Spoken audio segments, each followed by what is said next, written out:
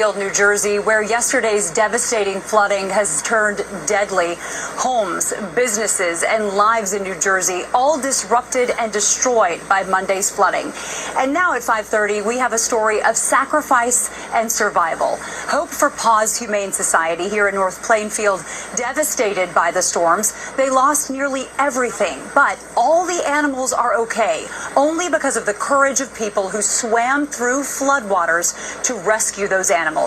Dramatic photos show the devastation inside the animal shelter yesterday. Floodwater filled the building, threatening the defenseless animals trapped inside their cages. Tuesday morning, volunteers brought donations into the shelter as others came for the animals who survived Monday's flooding. The water destroyed almost everything inside: pet food, litter, bedding, supplies. But the most important things were saved because the shelter manager swam to their rescue in the nick of time. When we originally got the call that the alarms were going off in the building, my director and I immediately knew that we were probably taking in water. What we didn't expect to find when we got here was that the entire building was underwater. We had to actually swim over and wade through water. There was debris everywhere. When we finally got inside, there was no power. It was dark, and the dogs, especially in the back, were up to their chests in water.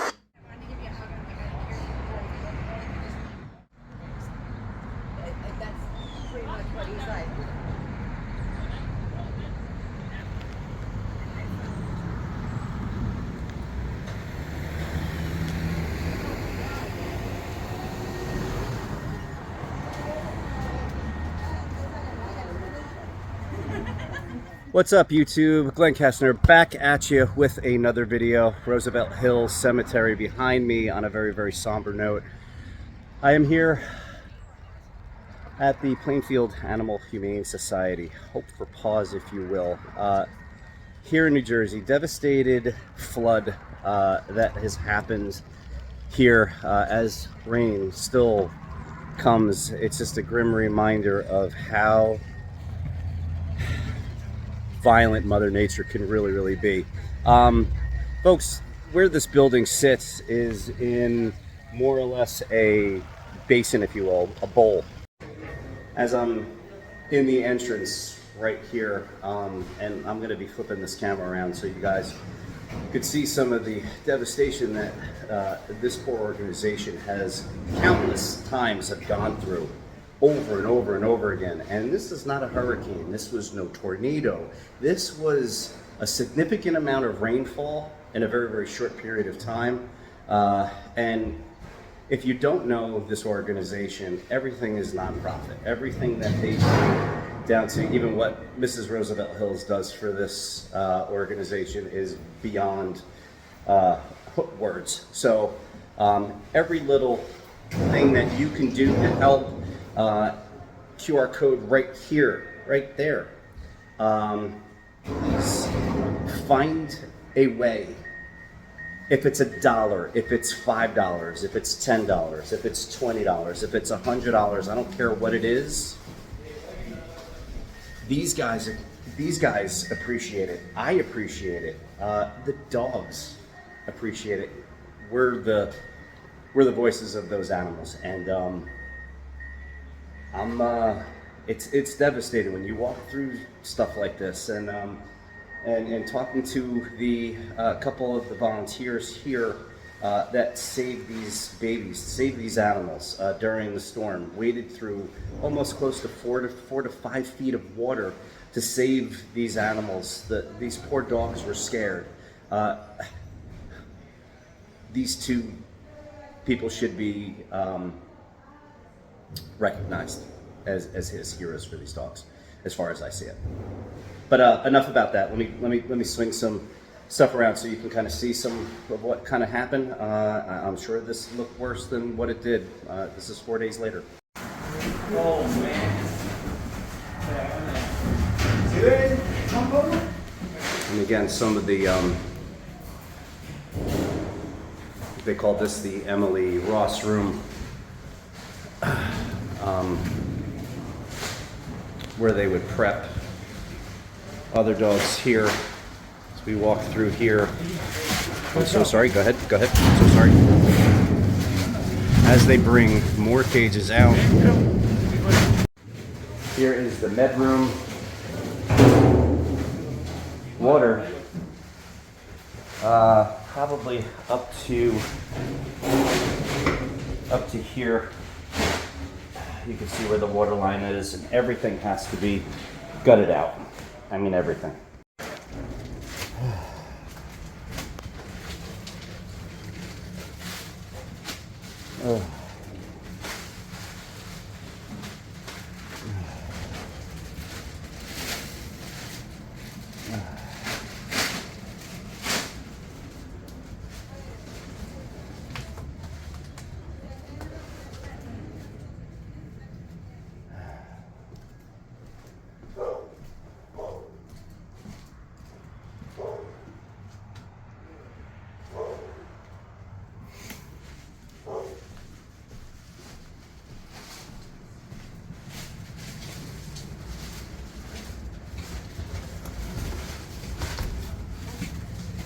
Some of the puppies.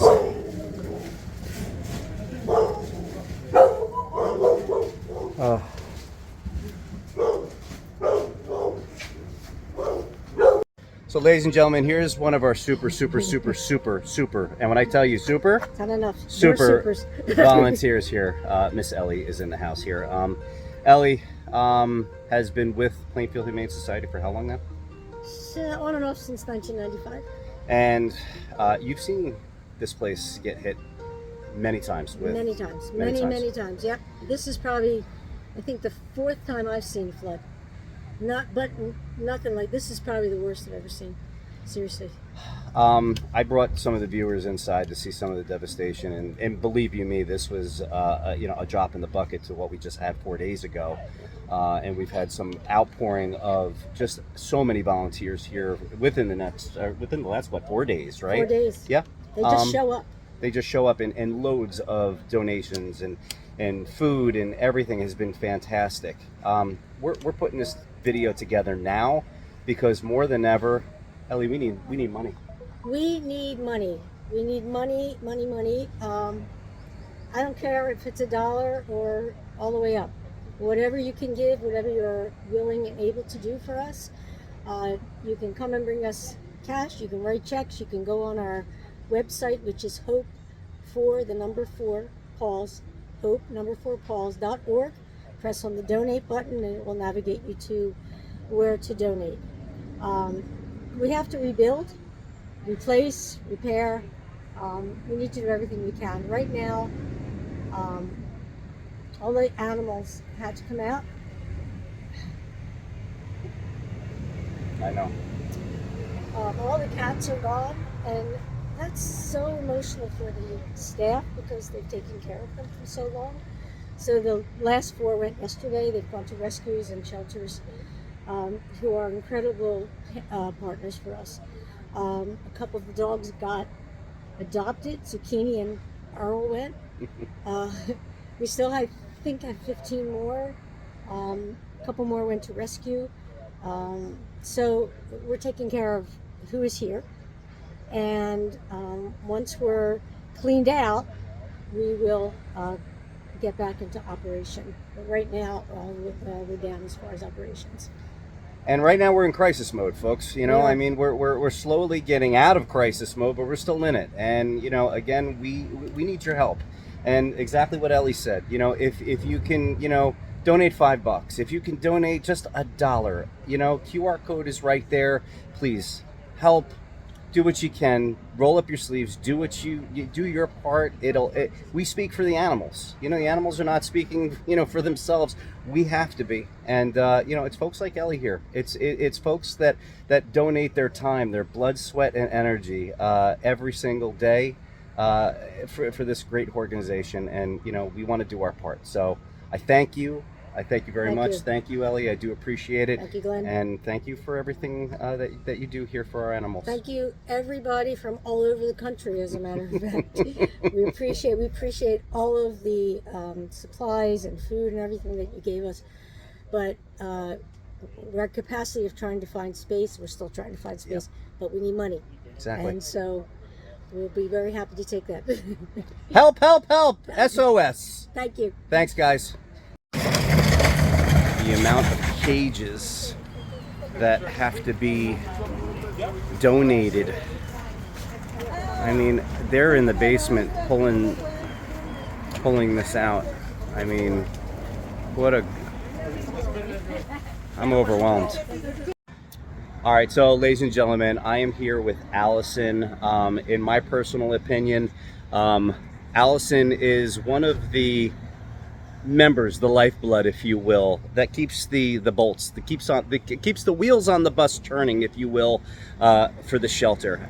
And Allison, thank you so much for kind of hanging out here with me. Sure. When the storm happens, walk me through, what happened that day for you. Yeah, so I was actually visiting my parents at their house, and their basement never really takes in water. So when it started coming in, the first thing I thought of was, oh my gosh, the shelter, because we flood when there's a normal amount of rain. So I reached out to my director, Josh, and was saying, I'm really concerned about the dogs. And at the moment, we thought they would be okay. Maybe we'd have a little bit of water in the basement. And then once we got the fire alert from all the alarms going off in the basement, we knew at minimum the basement was going to be underwater. Right. When we tried to get over here, half of the roads were closed due to the flooding and everything like that. And then when we reached the baseball field further down the road, we saw all the cars were stopped. The shelter was underwater. There was a disabled SUV in front with water almost up to the roof of the car. And the first thing I said to Josh was, the animals. Like, we have to find a way to get over there, because if the front of the shelter is underwater, that means the kennels are, or the cats are too. So the only thing I could see, because the power was out, was the side of one of my huskies. I could see the white on his neck getting reflected by the outdoor motion sensor light, and I heard him screaming. And the water was up to about his shoulders to his neck at that point. And we looked at each other and said, hell or high water, we're getting over there. The kids need their parents. So we swam over through the debris and made it up to the porch. I had a little bit of trouble actually getting through the front door, because when I was trying to open the door, the water kept rushing back. And we finally got in, and we just started moving dogs into cat cages to get them to higher ground. At some point, the people were stopping you, going, what are you doing? You can't be in this water. There's power lines in the water. And what did you tell these people? Yeah, someone was like, there's lines down, like you're crazy, you can't go that way. And I said, I was hysterical at this point, of course, but I said, my kids are there and they need me, and I don't know what else to do. And the whole time I was coming over there, I just remember yelling, I hear you guys, it's mom's coming, we're gonna find a way to you. And that's all I could think about. They were all yelling, they were all so scared. Yeah, and probably wondering, it's dark, we're wet, we're panicking, where's mom? I can't imagine. And again, as this storm was continuing, I said, okay, and I'm like, who's there right now? And Donna didn't even know, and and I said, I guarantee I have someone in mind. I said, who those two people might be, and that's Allison and Josh here. And again, we want to thank you from the bottom of our hearts, of what you do for them. The dogs can't speak for themselves. We speak for the dogs.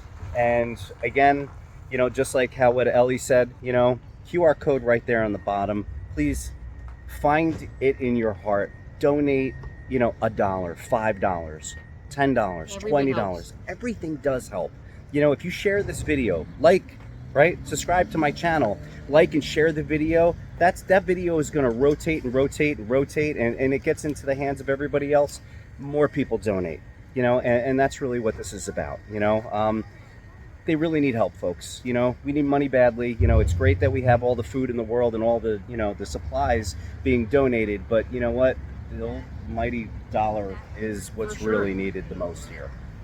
They have to rebuild everything. They're stripping down everything, down to the walls, down to the studs, and rebuilding new floors, new ceilings, new everything, pretty much. New cages, new everything. Everything was contaminated in the flood, so everything that the animals use, down to the play area, their cages, their linens, their food, everything was lost in the flood. So we are truly starting at ground zero. Gotcha. All right, Allison, thank you so much. Yeah, thank you. Appreciate you. Folks, this is the bridge and this is the creek or the river that caused all that damage to the animal shelter right there. So if you can imagine, I am probably 20 feet, I would say 20 feet. 20 feet. And look where the water was. You could see it in the mud line. You could see it rose all the way up there, and then when the waters crested, when the waters rose, it rose up and flooded all of this, and all the water flooded right down to them. I don't want to say this is the epicenter, but I wouldn't have wanted to be anywhere near this. So back home, had to wash up a little bit after that. Folks, thank you so much. I do appreciate it. Please do what you can. I'm asking all my subscribers, I'm asking all the viewers out there to please like, share this video. The more this video kind of revolves, really helps out Plainfield Humane Society. Hope for pause, if you will. Thank you very much from the bottom of our heart. A little somber. Usually hey, you know, this one a little bit more serious video. So thank you very much. I do appreciate it. You know it. Until the next video, I'll see you next time. Remember, always keep it real. Take care.